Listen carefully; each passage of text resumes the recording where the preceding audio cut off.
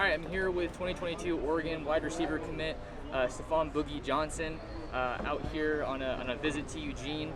You were one of the participants at Saturday Night Live, Right. And so let's just start there. What was it like to be out there competing, and how do you feel like you did? Definitely, it was a great experience. I'm so glad to be back. Last time I came, it was a fun experience, and this time they brought me in. It was like family again.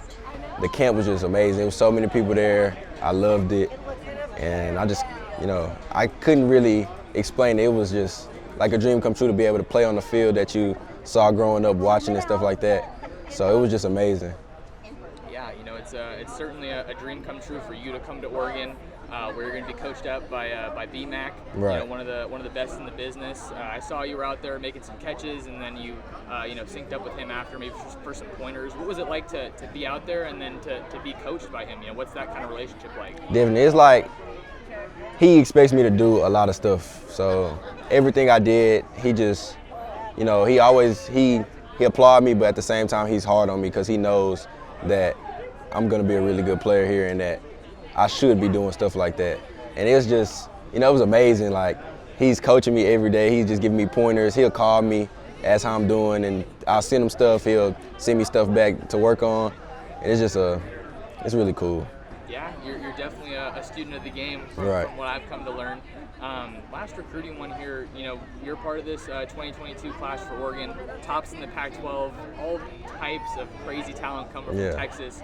With you being a Texas guy, a lot of us don't know about the football scene out there. Why is it so important, do you think, for Oregon to be recruiting Texas? I just feel like Texas is the best state, in my opinion, for football, And there's a lot of hidden gems in Texas from, a lot of West Coast schools don't come that deep into Texas. And I'm glad that Oregon is starting to change the narrative and that a lot of Texas kids want to, come out here and just change the culture, really. So. You talk about changing the narrative. I feel like we're learning so much about college football with Texas and Oklahoma going to the SEC. With you being a commit, you know all the ins and outs of the programs. You've been talking to all these schools across the country. How do you feel Oregon is perceived nationally? Everybody knows it's just a great brand. Oregon is a brand in itself, Like, nobody really can say anything bad about Oregon, or they can bring up old stuff, but everybody knows that Oregon is going to be a great school for years to come. So I just feel like it's the best school out, in my opinion. I'm biased, so. Sure. Yeah, Boogie Johnson looking like the next great Oregon wide receiver in the making. Yeah. So let's shift a little bit. We learned so much about you as an athlete, but I kind of want to just focus on you as a person for a second. Tell me a little bit about your childhood, growing up in Texas, and when football kind of came into the picture for you. Definitely. So, I grew up in Houston, Texas. I lived in Beaumont, Texas for a while, but I started playing football at 4 years old. I was playing flag football for a team called North Houston Panthers, and then actually I played for a team called the STA Raiders for flag football. And just since then, it's always been, it was love at first sight, really. Like, I always watched football growing up. My big brothers played. My pops was my coach. So just football has always been everything to me. Like, I played basketball, I ran track, but football was always the love of my life, And so, yeah. And then when you were growing up in Texas playing football, it's like you were saying, it's one of the best states in the country, if not the best state in the country. Just describe what the high school football scene is like out there, because you have all that talent, but it almost makes it harder to stand out, right? It's crazy. It's like when you go to a high school football game in Texas, it's like a college stadium. It's real big stadiums, a lot of people out, and it's just a lot of great players where it forces you to be different and forces you to stand out so you can be recruited. So, you gotta just work a little bit harder than the next man every day, so you can be recruited. That's pretty much what it is. I think one of the ways that people are standing out now with recruiting is they play multiple sports. I was watching the draft and it had some crazy stat about just so many guys playing at least 2 sports that were taken in the first round. You obviously you're playing football. I believe you also have some track and basketball background. Tell me a little bit about the history there with multiple sports and how you think it's going to help you, advance yourself as an athlete. Definitely. So My dad gonna love this. I was 3 years old running track. That was my first sport. So I've been running track pretty much my whole life. It helped me, as a football player. I hate admitting it because he always tell me that, but it helps me as a football player.